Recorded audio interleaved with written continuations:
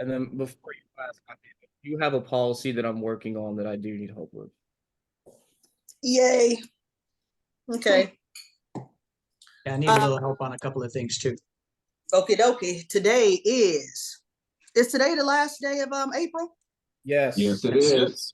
Today is the last day of April, so Hello? that makes it April the 30th. 2024. This is IUL and annuity training. It's so good to see all of you out here. We had fun at Texas takeover.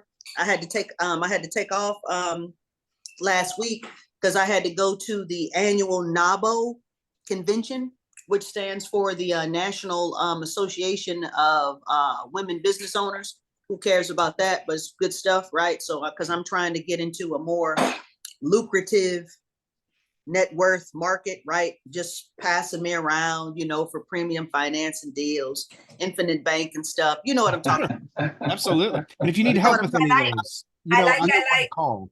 Women power. That's it. You know what I'm talking about, Dejanera. These guys, I don't know. We got a call full of guys, it seems like today. I don't know. But the guys got to get out and network. Guys, if you aren't out, I'm talking to the men. I'm talking to my handsome men on the line. Franklin, Jamil, Basil, Dominic, all of you guys are on the line today. What could be missing in your business, right? We got prospecting, we got networking, we got warm market, and we got referrals.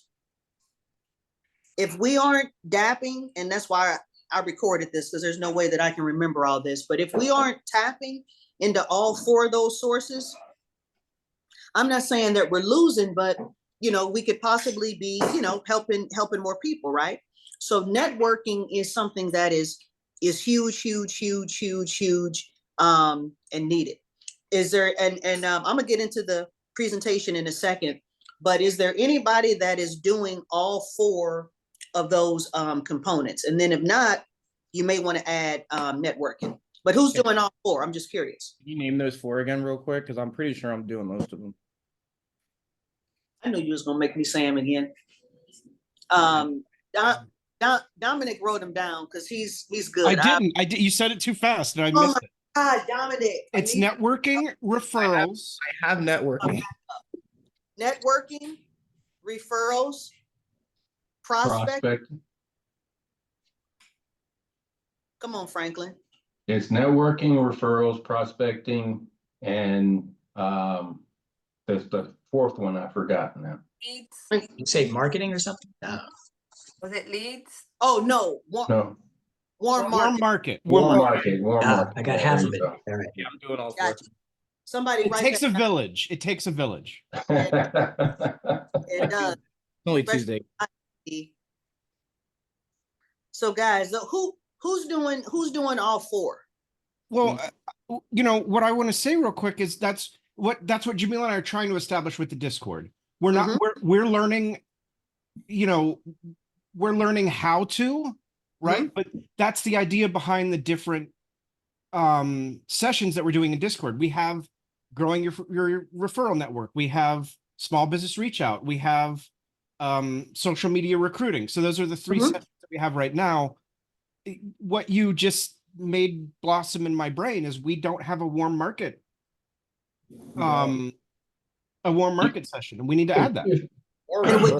And what you just made blossom in my brain was social media. Social media needs to be added to that list. Okay. Correct. All five of those factors, guys, and Dominic, I'll just have you say them all five again. All five of those are key to a successful, lucrative business that you won't have to continue to keep chasing. Yeah. And then I want to break all five of those down in about 1 minute, and then I want to start the call. Dominic, go ahead and say all five. It's networking, referrals, prospecting, warm market, and social media. Can I ask a question? Yep. Here? How can you not have a warm market if you've had clients before? Say that again, Franklin. How can you not have a warm market if you've come from wherever industry or you've been doing this for a while how do you not have a warm market? Good question, because I'm not talking to you. So that's why I need for guys like you to be pumping out 15 grand a month. I'm just joking. But I'm not talking No, about hey, I'm right there. I'm believing and striving. That's where I'm going. But we're not talking about experienced agents like you, Franklin.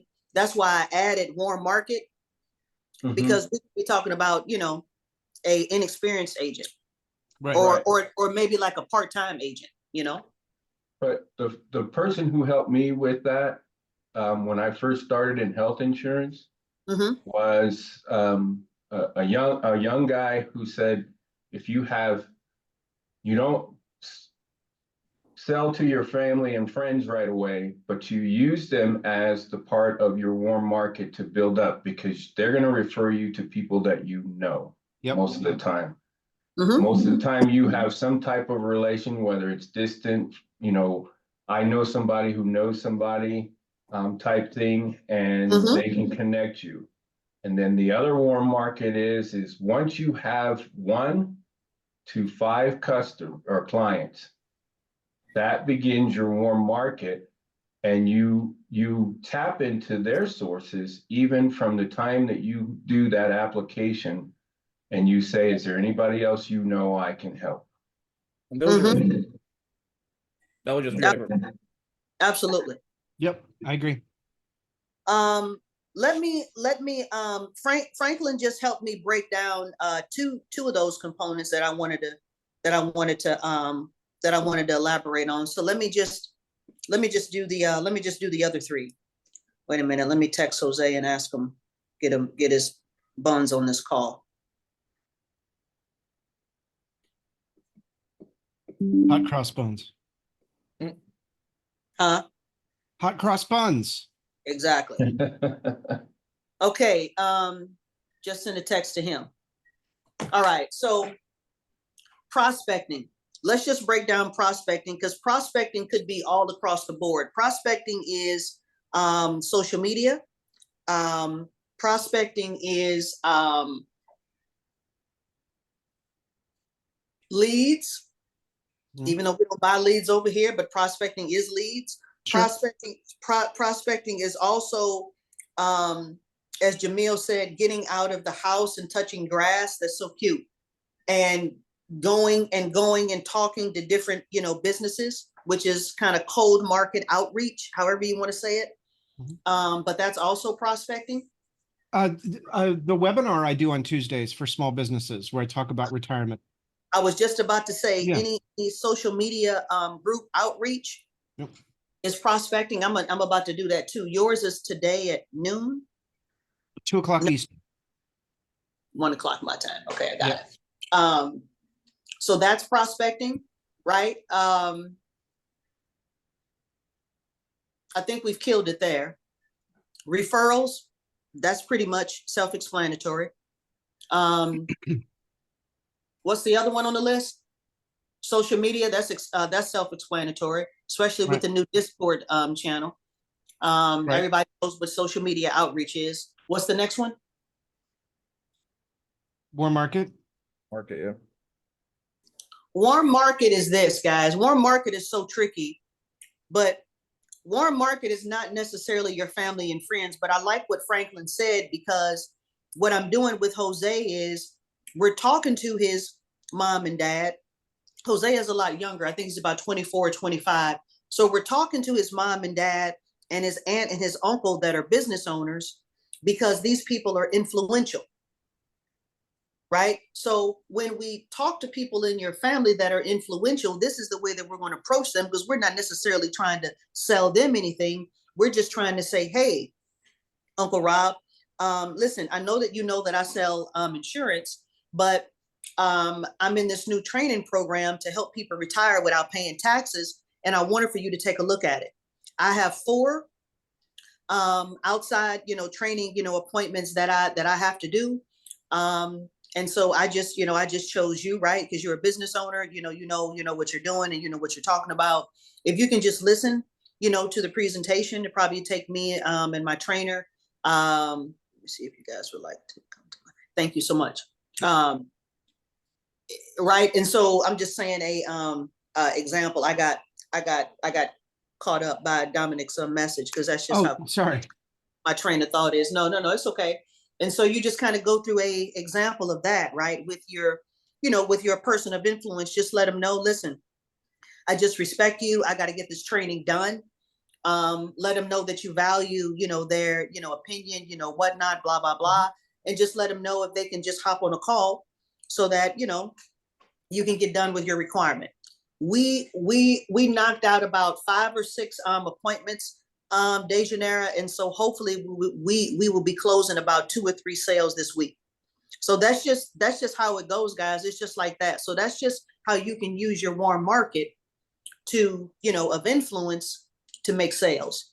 Warm market, obviously can come from just the people in your network or the people that you associate with. Case in point, Dominic may be a member of some type of club, maybe outside of work, maybe some type of like extracurricular thing that he likes to do. Him and Jamil created the Discord channel, so maybe he has another, like a meetup or an IT entrepreneur group or whatever the case may be. All of these people are within your warm network, not necessarily family and friends, but they're people that you're attached to, and you can call them up and say, hey, I respect you. I know you're self-employed. Just wanted to talk to you about your retirement plan. If you have one, I want for you to take a look at something. At least it can generate an extra, $2,000 to $10,000 a month for you whenever you do retire, 100% tax free, right? Buzzwords, whatever it is that you want to say, but these people are in your, immediate warm market, and that's not necessarily people that you're related to, and that'll work as well. So that's it. I just wanted to spend a few minutes going through that because sometimes people get stuck. They're like, you know what? I don't have anybody to talk to. I don't know what the 5 points for, the 5 rules or points for prospecting are. So I just wanted to cover that really quick. Now let's get into this IUL stuff. I got a quick question in regards to the warm market and prospecting. Yep. So my grandmother, she owns a daycare center in North Philly. So I'm just trying to figure out, the right way to approach, like, hey, listen, I got these products, they're going to help you. They're going to help every single person inside the daycare center, parents, teachers, whatever. But the thing is that she's a stubborn old woman. So I'm just trying to think, you know how it gets. So I'm just trying to figure out different ways to approach her, in regards to that, whether, setting stuff up, just pretty much just to get the word out, because she has, people coming in every single year, and like, it's in North Philadelphia. So, half of these people don't even have, any type of protection. Right. So, okay. So let me help you with that. Let me help you with that really quick. First of all, you don't want to call her a stubborn old lady.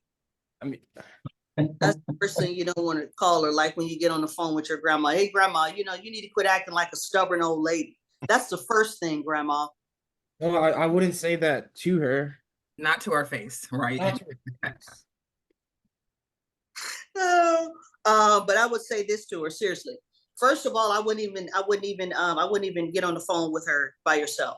I would have me or have another female that is preferably Black get on the phone with her. Yeah, I did say that. I mean, I don't care. It's my call. I mean, that's what she I call the race car. Totally agree.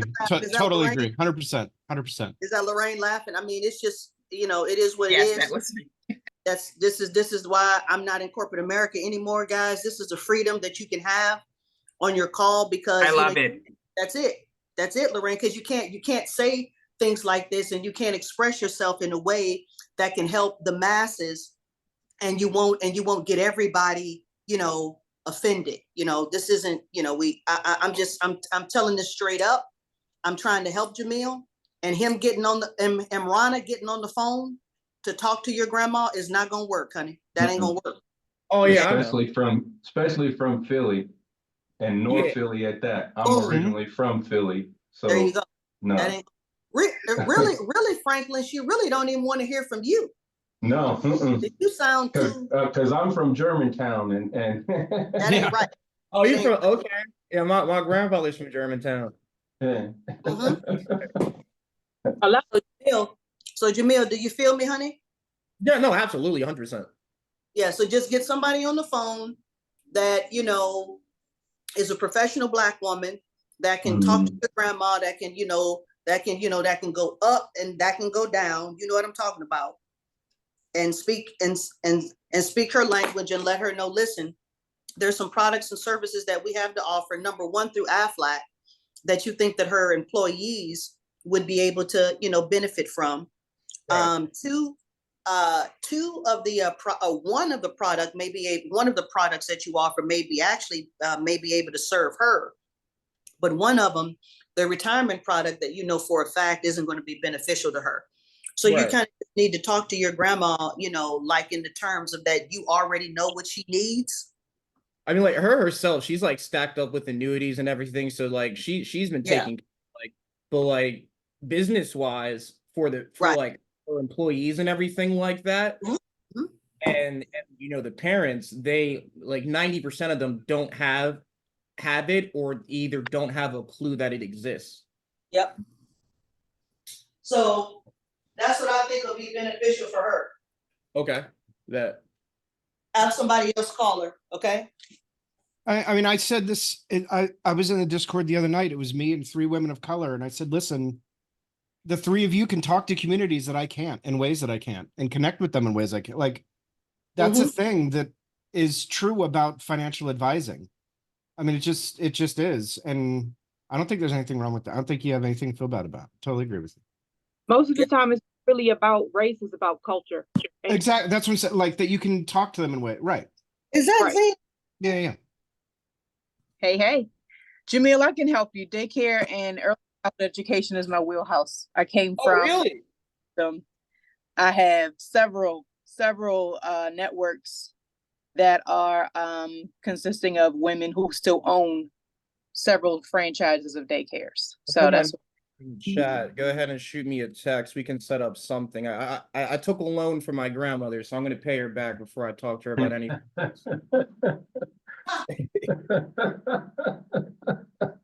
He told me the other day, he's like, I went to the bank of grandma today. It's like, hey, whatever She works, brother. called yesterday. She wanted interest. Yeah, I bet. sure. she's a pretty savvy businesswoman. Give her props. Oh, Absolutely. I'll blame her. All right, who's going? I'm glad we got that taken care of. Who's going first with the So mine's pretty quick. So I do have a client I'm actually talking to later on today. So originally, and I was talking about him earlier in the Facebook chat. So originally, he had a life insurance policy with American Income Life. He was paying about $90 for himself, for 100,000 or something like that, and then $50 or $50 for his daughter. But obviously, those policies are not building a lot of cash value or anything like that. So what the plan is to kind of take small steps. Start off with like a convertible term for him that converts into an IUL. We can do that like a year, 2 years later down the line, but also do like the $1 Million Baby program for his daughter.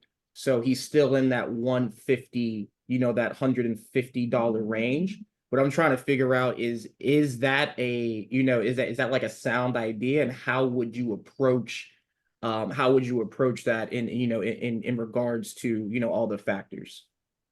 how old is he again? 33.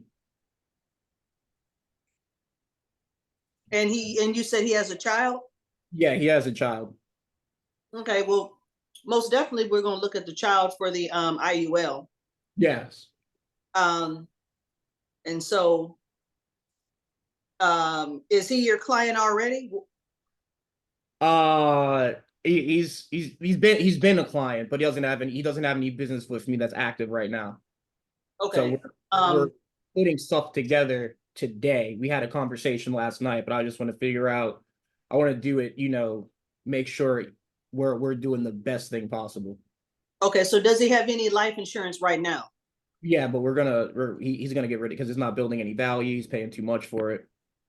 Okay, so can he afford like 200 in an IUL? Yeah, he can afford it, but I wanted to start off small, and Mhm. then go and then revisit that within the next year for Eli and IUL for him, if that's a good idea. Because we were gonna do like a $500,000 term and then convert that within the next year or 2 years. Okay, so this is the first thing, guys, that we got to do. First of all, is everybody filling out that TFRA client intake form that's in the command center? Which one? Is everybody going through that? Because if you're on my team, and if I haven't done that with you on a one-on-one, if you've never filled out a client form or never did a client intake, that's my bad. But I think everybody on my team is pretty experienced. I think, we've made a sale. We've used some type of client intake form to gather to gather information. If anybody doesn't know what I'm talking about, just raise your hand or just speak up right now, and I'll share my screen and share and show y'all what I'm talking about when I say a client intake form. If we're filling out a client intake form properly, guys, then we'll be able to answer all these questions that I would like for Jamil to ask this prospect. So the first thing that I would ask this gentleman is right, like if he were to die today because he has a child, what does he need to take care of, or what does he need to cover first? Is it the home? Is it, expenses for, like for his child? Let's just get that dollar amount first. Okay. You mentioned, Jamil, right? Like $500,000, right? If he had $500,000 in term, would he feel settled? Would Right. he feel good in the Yeah. inside? So if he says yeah, then absolutely you can get with who's a good convertible. You're gonna go through NLG. I hear they have a really good convertible term, and their IULs have great living benefits. So I was gonna go with them. Yeah. So you can get with the sales team, let them know exactly what you're thinking about doing. And then what I do, guys, if I kind of know what direction that I'm going, that I think I'm going to go with the client, I'll have two outcomes or two illustrations already done before I even get on the phone with them. Okay. So I'm guiding you through, kind of what I want for you to do. So I would call National Life Group. I would give them the scenario, let them know that you want two outcomes, maybe $250,000, $500,000 convertible term. Get them to show you how to do that on an illustration as you're walking through the client. So walking through with the client so that you can show them each and every year how you're going to convert that and make that affordable, so that at the end of the rainbow, right? Because he's only 38. So at the end of the rainbow, maybe when he's 58, he'll see, the death benefit, Right. that it's converted to, right? And he'll see the amount of cash that the policy has grown to, kind of like an end of the rainbow scenario. Yeah, exactly. So we just want to, like, for like I said, like for now, and because the only reason why we're doing the just the term for him right now is because he's already paying 140. So I want to make sure that, okay, we're paying this for the year. We got this business with me for a year. It's locked in. It's comfortable. Now that it's comfortable, let's take that next step. So do you think that's that's a sound plan right there, sound strategy in regards to? Oh, you're just converting the term? Yeah. So right now it's comfortable. We're like, hey, listen, anything happens between now and then, your daughter's automatically a six-figure earner. Okay. Mhm. And then, and then once again, knock on wood, always knock on wood, don't want nothing bad to happen. But Mhm. later on down the line, we're going to convert that into that IUL so we can start reaping the benefits of retirement later on in our 50s, 60s, or whatever.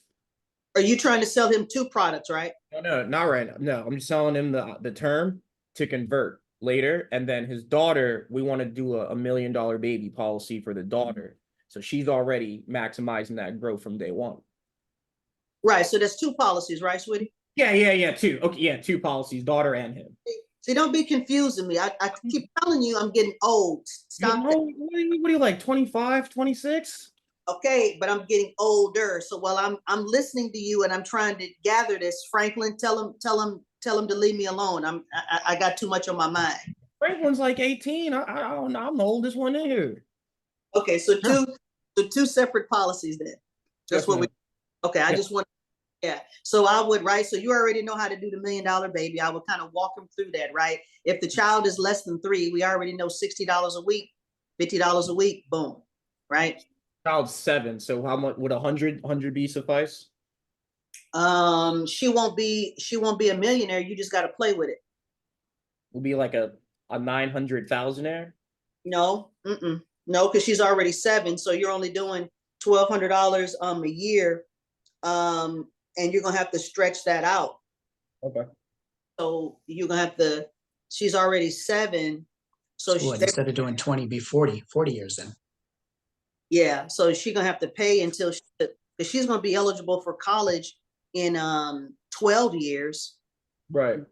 That may not be enough growth, but see, what I do is if as you're talking to the client, I'm running the illustration, right, Dominic? I'm talking to the client, I'm running the illustration, and I'm showing them different scenarios, and then they're like, oh, okay.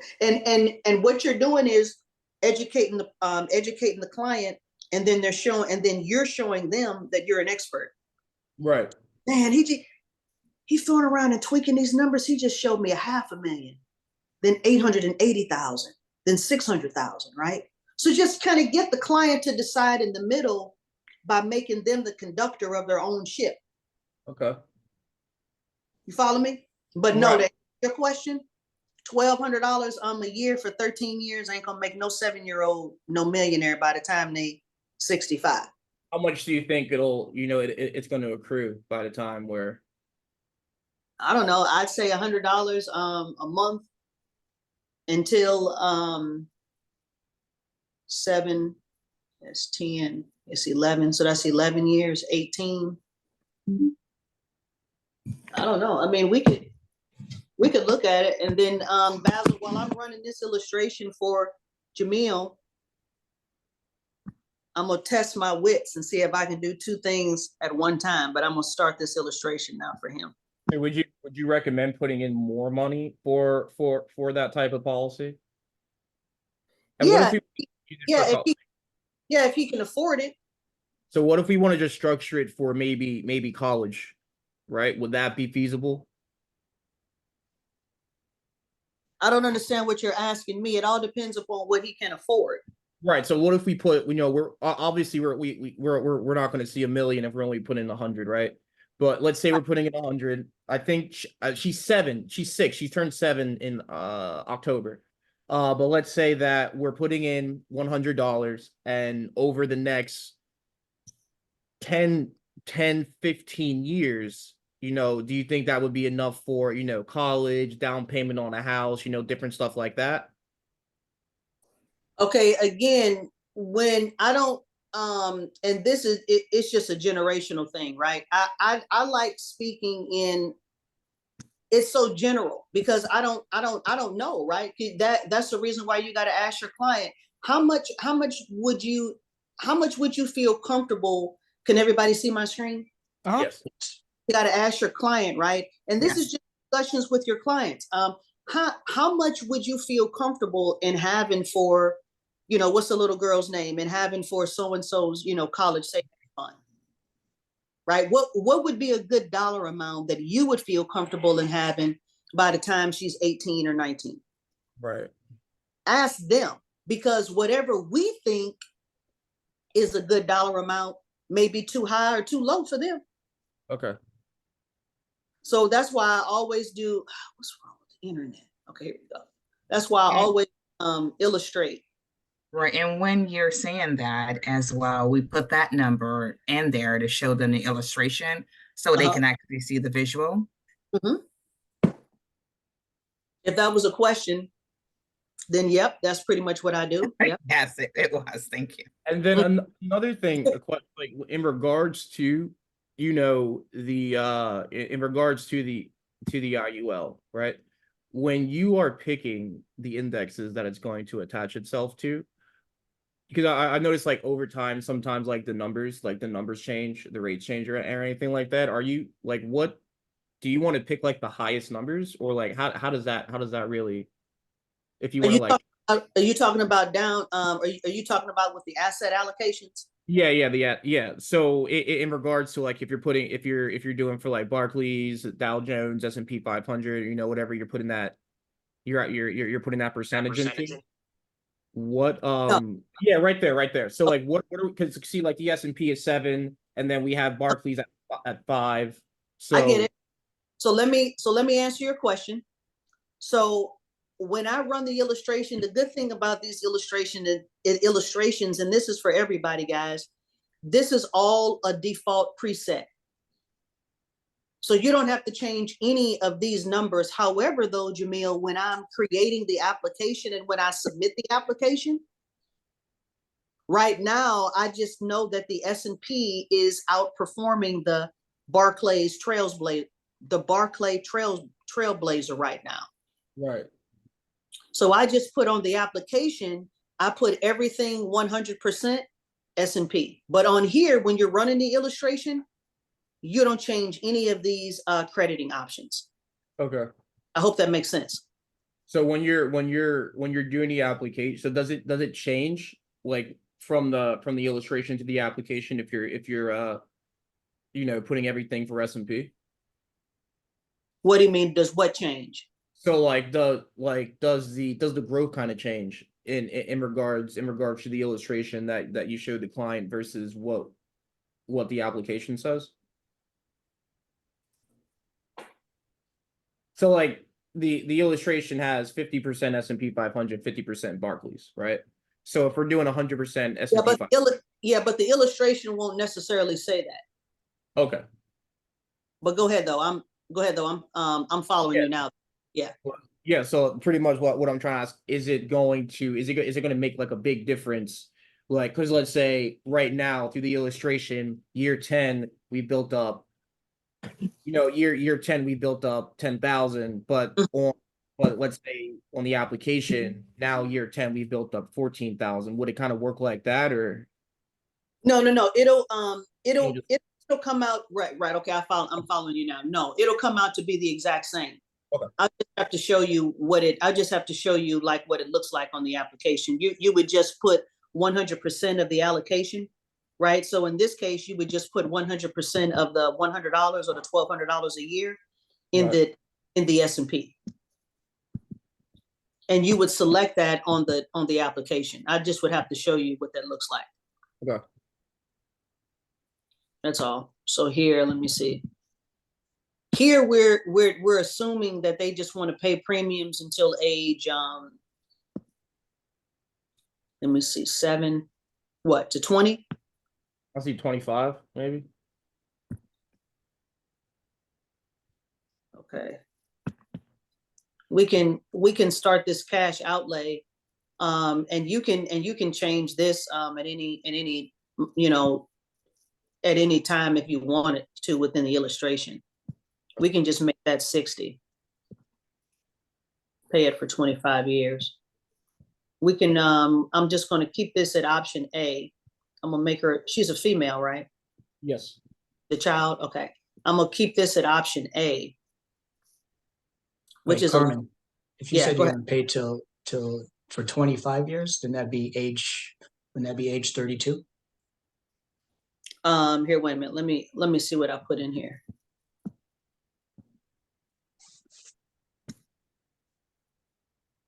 All right, that's $100. So yeah, when do you want the client to stop paying premiums? When do you think is a good time to stop paying premiums? Well, it's up to you. I mean, Basil just corrected me on something, but I think we're good because you still want you want the client. What's 25 minus 7 is, let me see, 1, that's 12 years, So, right? Isn't that 12 years of making payments? no, I think you're 10 years off. I'm sorry. Yeah, I think it's Yeah, 20. well, okay, wait a minute. Yeah, she's 7. So 25 Yeah, my bad. So she's going to be, so this client is going to be making payments until the child is until the child is 25 years old. Yeah, so that's 18 years of payments. 18 years, yeah. So is that good enough? That's pretty decent. Do you think it should be 20 years? Mm-mm. Okay. I mean, 18 18 years of payments because we're getting started late. Okay. But see, this is, like I said, we can just look at this option. We can look at this option and then just run it and then see where we are. I think I was getting some type of error message. Did I get an error message? I don't think so.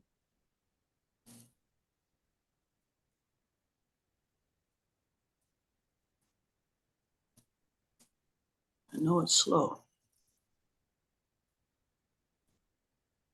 Okay, let me see how this is running.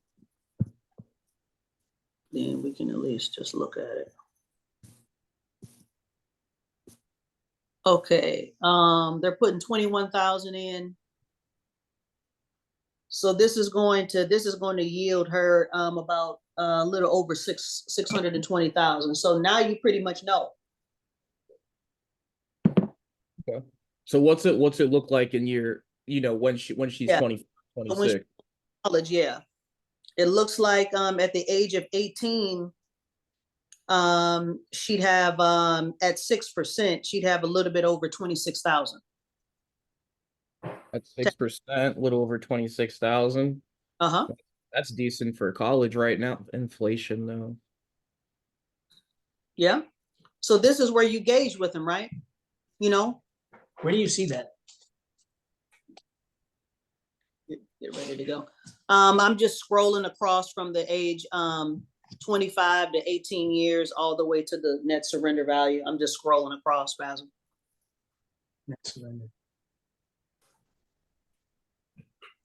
Here, let me just blow it up. Oh, I saw 18. 26,651. Yep. That's solid. So that's what $100 will do. And then obviously these are flexible, so you can just keep putting more money in it as the years go on. Absolutely. Sure. That's the whole point. Like this year, okay, we're putting in 100. Okay, next year, let's put another $20. Okay, let's put another $20, another $20, $30, $50, something like that. Can you do that? Yeah, but he can't. He just needs to. Right. I mean, he could do it like that, but he's going to have to be responsible for calling in and changing his payment option every single month. That's going to be a pain in the butt. But That's why I'm here. I mean, hell, honey, if you want to do that type of customer service, that's not the job I want to have. But you can do it. And that's why we're gonna get some assistance. Mm-hmm. There you go. There you go. I hear you. So, yeah. So that's that. So that's where that 26. Whoever asked where do I see that, or where do you see that? That's We would have put in how much? 12, so around $18,000 at this point, really. mm-hmm. Okay, so we would have put in $18,000. We got about $26,000 of that of surrender value at the time, and that's just now with putting in 100. So we can always add more money to boost that up. Okay, that's cool. Yep. That sounds sound enough. Yeah. For now. Absolutely. And like I said, I keep playing with it, and then call National Life Group and get them to work with you on the term conversion. Okay. Yep. Hey, Carmen, Yeah. can you switch this to an increasing rider to a B? Now, No? when now? Yeah, on this illustration. Yeah.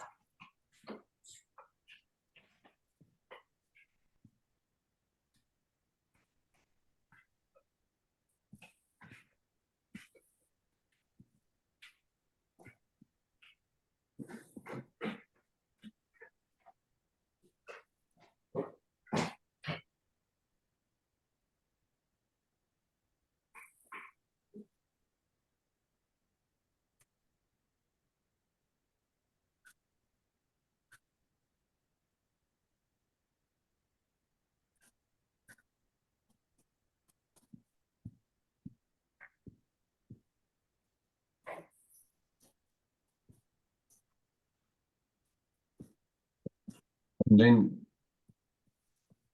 go to is to the same age at Oops. 18.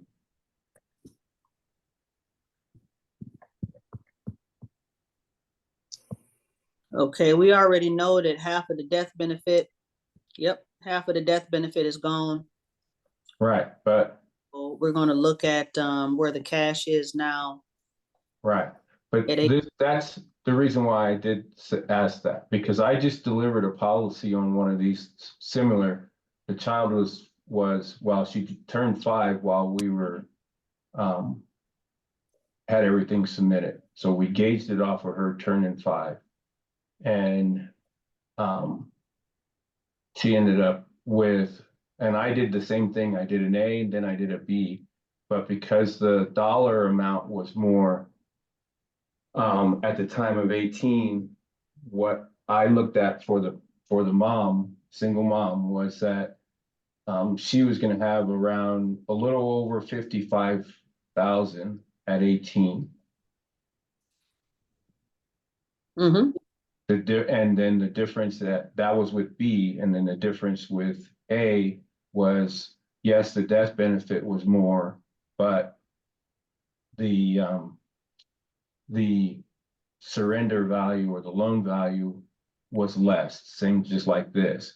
The point was that I wanted the mother to understand, by having the increasing side of it, she would have more money to offer to help her child at 18 to start with college, and then it was going to grow faster. And that was her whole biggest concern. The death benefit was lower, but it was, it was still more than what she had in a term policy that she had the child on with a rider that was only $20,000 worth of death benefit. Yeah. And she was going to end up having the $1 million down the road. Mm-hmm. And I did it with a loan in there at 18, and then I did another loan at 26, and she still came out towards the end with $1 million. And that was just to show the mother that you can help your child for college. And then once she got out of college and got on her own feet, she could also help her with maybe her first house or apartment, or setting up something, or moving, and then still be able to. And she bought off on it like crazy. I mean, I just delivered the policy on Friday. Mm-hmm. It's a seller. I hope you got some referrals. Yes, I did. In regards to like A and B, what are the key differences, and where would you use them in each scenario? Good question. Well, I think Franklin just told you when he would use it, Right. Based upon the scenario. So I guess let me just comment. The main difference between death benefit A and B is A, the death benefit remains level. The death benefit never changes until you take out a policy loan. And then that just decreases by whatever you took out, right? Right. Exactly. And then the death benefit just goes down based upon what you decrease. Yeah, the death benefit goes down based upon what you take out. This one is a increasing death benefit. So as you see here, as the client is making contributions, what is the death benefit doing? Increasing. Every single year. Mhm. When the client begins to take money out,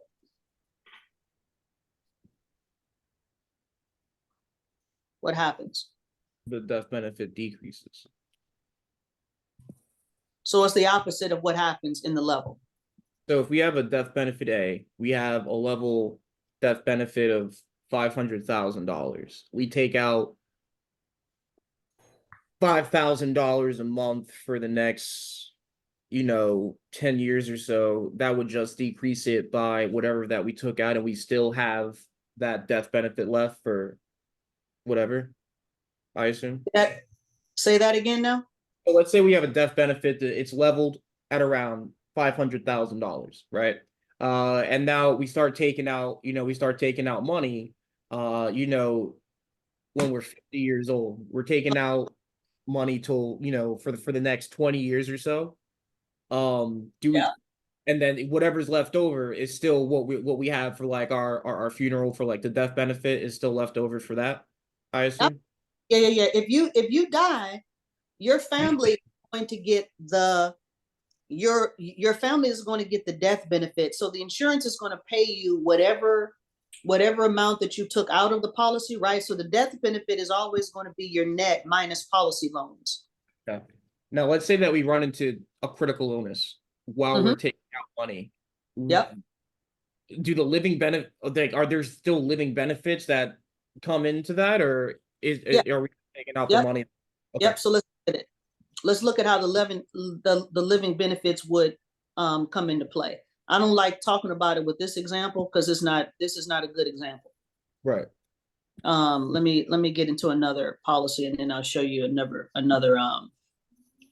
a good living benefit example. Let me know if I start asking too many questions, because I'm just No, there's no such thing as that. That's a whole reason why That was like 5 minutes ago. So I'm just yeah, that's I'm just teasing. I'm just messing with training, right? You guys are hilarious. Nobody asked any questions, we wouldn't have this. Right, exactly. It's why we're here. You're good. Yeah, exactly. That's why we have this training. All right. So this is a better living benefits example. Okay. This lady, I just got her as a client. She doesn't have any living benefits. So this is how you sell living benefits.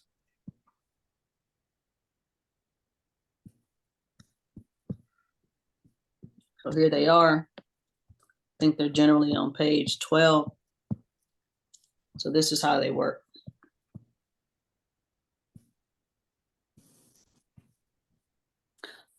Back before I started selling IULs, guys, in my lead days, when I was buying leads and stuff, I wrote a critical illness policy with every life sale. So I was a pro at this. I was a critical illness queen. All right, so this is critical illness explained, okay? Jamil, in about 40 seconds. So this woman right now,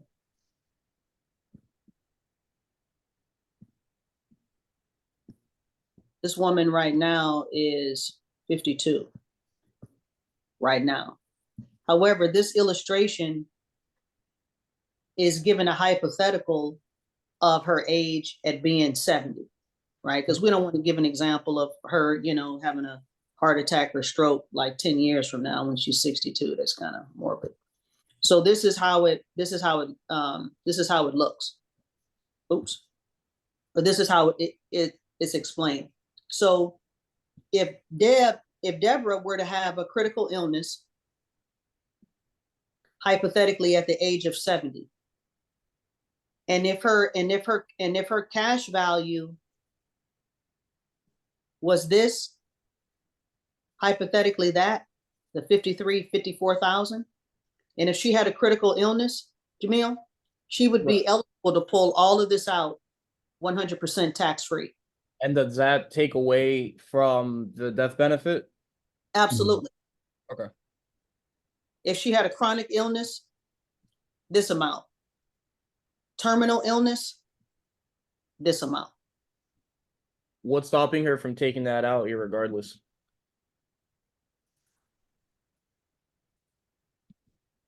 I don't know. I mean, I don't even know what type of question it is. I mean, Nothing. like, let's say like she has that money available built up. Oh, so even if it's not built up though, if it's like at like 90,000 by that age and she gets that critical illness, she can still take out that 171,000.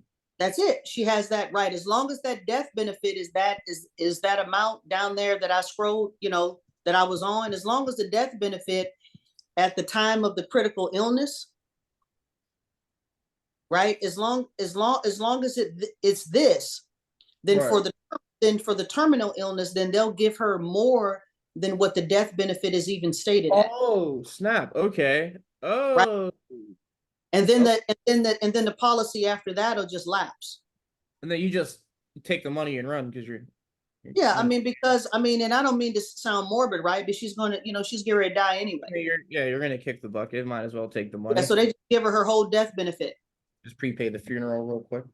That's it. Chronic illness is up to 90%. So that's 32,000. Critical illness is that's a heart attack and stroke. She's eligible to pull out almost 60 for that. Okay. Okay. It's starting to make a lot more sense now. Yep. So let's go back to this and then let's take a look at it really, really quick. This is good. So if she's, that example said, too much crap on here. Wait a minute.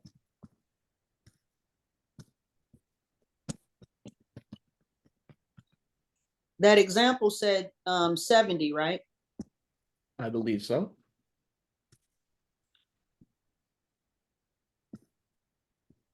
So I want this stupid thing. Okay, so look at that. That's about right. So 53 at the age of 70, and that's the death. That's the surrender value. surrender value. Yeah, not right, but that matches that amount that they had. But they Now, can take surrender and a death. What? Can they take the surrender value and the death benefit if they run into a critical illness, or just that? No, they can only take the amounts that are stipulated below. So everything is derived off of the death benefit. The only way that you get to take 90% more of this 54,000 or 53,000 is if she has a terminal illness. Remember? Terminal. Okay. Critical and chronic illnesses is always going to be pulled from the net surrender value of the policy. Right. And then what classifies what as a critical, and then what's a chronic? What are the differences between those? Okay, just for the sake of time, I'm just going to rattle them off. Okay, an underwriter will tell you when chronic illness will trigger versus a critical one. Okay, because I'm not, I'm saying I'm not really, an underwriter, but these are the triggers for living benefits. So obviously cancer, anything that's non-terminal, stroke, heart attack, complications due to kidney failure, blindness, deafness, organ transplants, partial paralysis. Those are your top 12, okay? Okay. And the difference is from the health side of health insurance side, chronic means that it's just going to stay there, and you may live longer, but you just have the illness and it's going to continue to fester. So in the critical side, it's going to eventually get to the point in like the cancers and some of the other things that's going to cause the terminal side. And once it gets goes from critical to terminal, that's the difference in how it goes. One of the things that I can help you guys with too on this, as you're looking and you're doing your analysis sheet, and you're asking them about health insurance, what kind of health insurance do they have? I sell no health insurance without a critical illness and a cancer policy in my health insurance. Then you double up with the living benefits from a life insurance. There's plenty enough money for them to pay for medical bills and do everything, sometimes without touching the death benefit in their policies, with a cross between the health and the life insurance.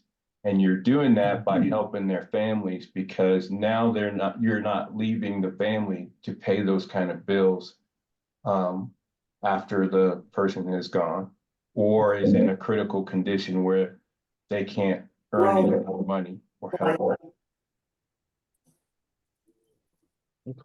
Okay. That makes sense. Did that help? I hope that helps somebody. No, yeah. So that helped me. Yeah, that was great, Franklin. I appreciate that. Yep, that helped me a lot. when it's chronic, can chronic turn into critical, and then can you collect more, or Yeah, anytime you have, like, if you have a person that has cancer, starts out with cancer, and it goes through the levels. So they have cancer, but they're living with it right now, and it's being treated. But if it ever turns and goes from stage 1 all the way to stage 4, and by the time they get to stage 4, that means they're just hanging in there just because they're hanging in there. But eventually, that stage 4 is gonna push them off, and for the lack of any other way to say it, it's going to push them over the edge where it's now terminal. It's right? Okay, that makes sense. Thank you. That was a good breakdown, Franklin. Mm-hmm. Absolutely. Carmen, can you go to 90? I know that you're right here at 70. Can we see that as well as 90, since that was also an example for that particular client?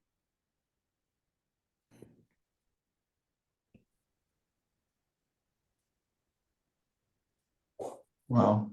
So it leaves them with about, as far as the death benefit, at least 20,000, if not 30.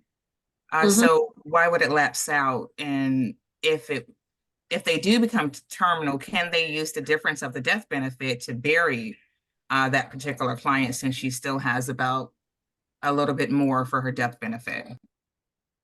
Yeah, any amount that's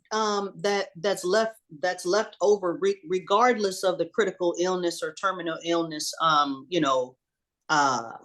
category, or right. I mean, just regardless of the illness, whatever's left over, they can use the money to do whatever it is that they want to do after the person has expired. Okay, and let's just say that the person doesn't expire, they're still living. That money, sometimes it increases and it continues to grow Yeah. as well. Okay, I'm just trying to make sure I completely understand. Thank you. Yep, that's right. Is that who was that? Lorraine? Yes, this is Lorraine. Yeah. Lorraine, just know that any amount of money, and you may know this already because I don't know everybody's IUL knowledge if you're not on my team, but oh, I'm sorry. This is, yeah, I was in Ed Debs. This is the way that the structure in an IUL works is pretty much after, and I'm just going just kind of like back to the basics here before we get off the call. This is just back to the basics. Even though Deb in this example stopped making a payment when she's 62, so she's only putting $46,000 into her retirement, right? The policy loans are just shown. She doesn't necessarily have to take them. So Lorraine, if she stops making a payment at 62, and if she does not take any money out of this account, it just continues to grow. It just continues to grow. She even after, right? Even after she's made, right? So just the money can't stop growing. It's just like steroid. It after you've made a payment for 10 years, 15 years, 30 years, it doesn't matter. After you stop making the payments, the money just continues to compound and grow in the IUL. You couldn't even stop it if you wanted to. And it's going to grow, Lorraine, at the same amount that it's been pretty much growing at each and every year through compound interest. That's why the account is so powerful. Because you could take a 1-year-old or a 3-year-old and only put $30,000 into an IUL, Lorraine. And by the time, and just like Franklin said, by the time the child is 18 years old, you've got almost $60,000 or $55,000 to take out for college. By the time the child is 30 years old, you have another occurrence. Now you can take out another maybe $20,000 tax-free to help the child buy a new home. All the while, you, the parent, stopped making payments 18 years ago when the child was just 18 years old. Now, Lorraine, let's fast forward again, right? Now the little baby is now, right? So we took out 30,000 or 20,000 when she turned 30. Now she's about to retire. So now we're here. So even though we've taken out all those policy loans, this little baby now at the age of, and I can show you another illustration. This little baby now at the age of, well, she's not little no more. Now at the age of 66,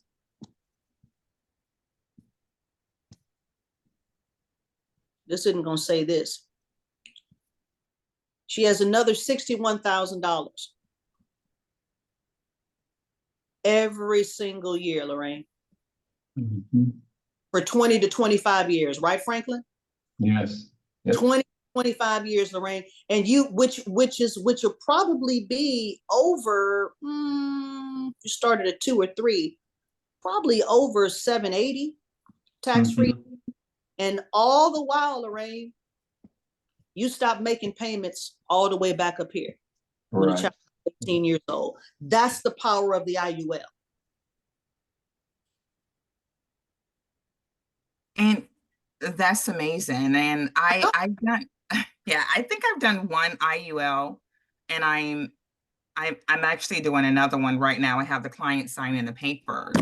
But when I've done my IULs, I think one of them had lapse on it at some point.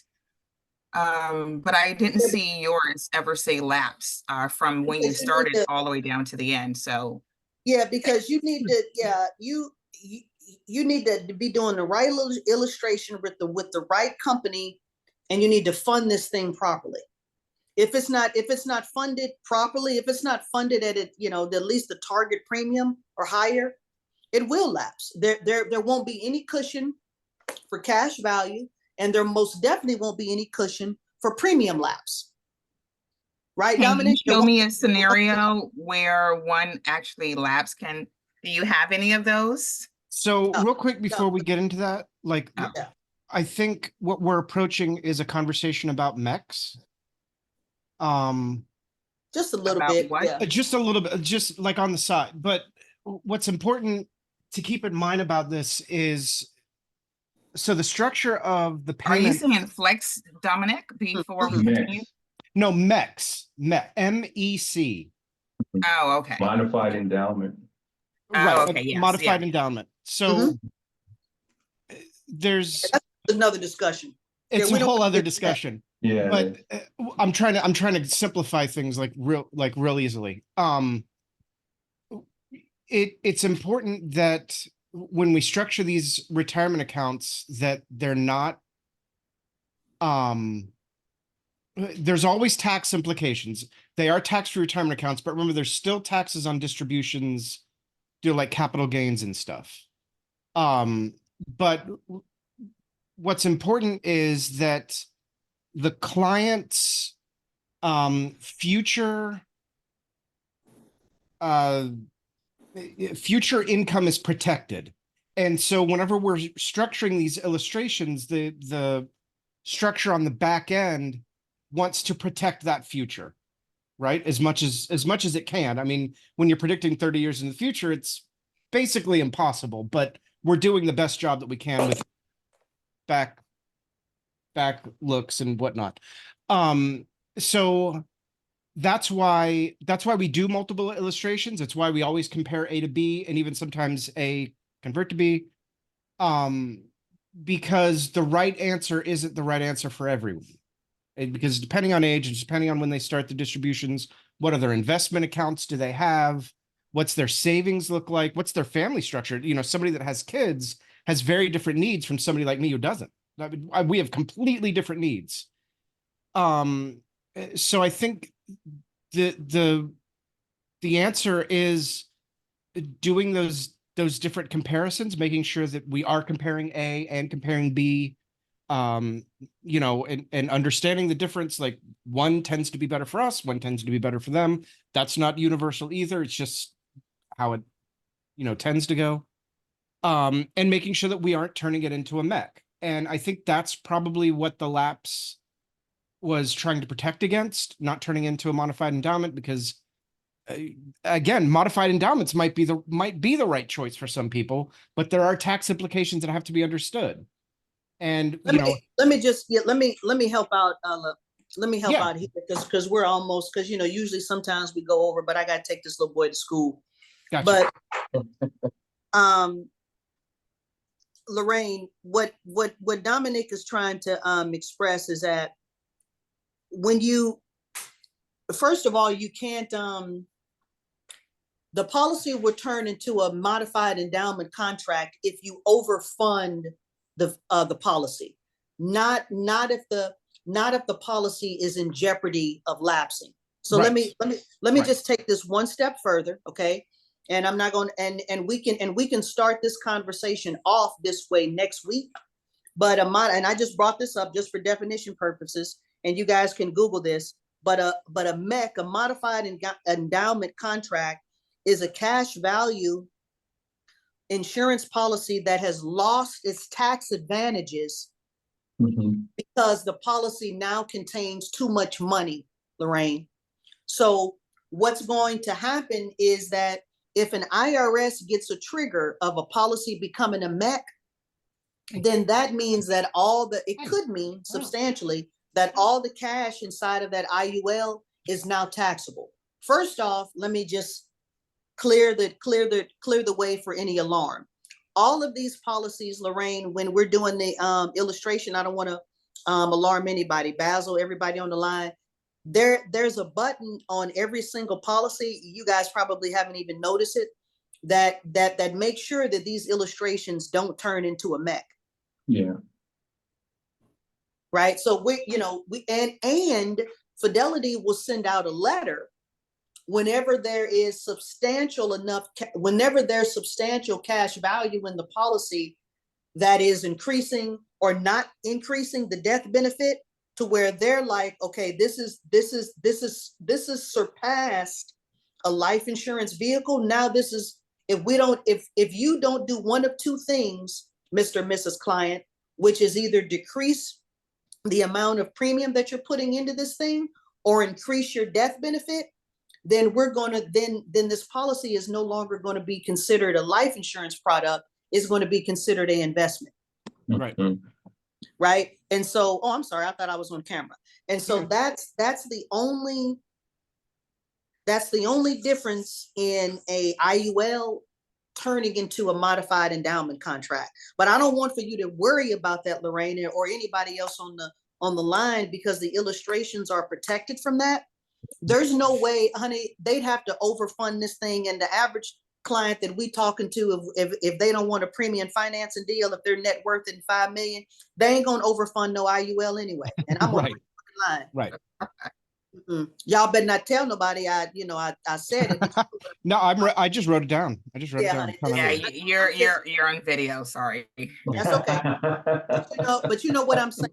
I'm just keeping it real. We don't, ain't nobody just gonna just out of the blue, unbeknownst to us, right, Franklin? After we issue a policy, Right. They ain't gonna just dump no $10,000 in it. They, ain't nobody gonna do that. Probably So not, no. I wanted to let you all know what a MEC is and how an IUL could, or any policy could turn into a MEC, but it can only turn into a MEC if you're substantially overfunding this thing based upon annual premiums and based upon the client's age. Yeah. So that's it, guys. We had a great class. Let me take this little boy to school. Wish him luck on his finals.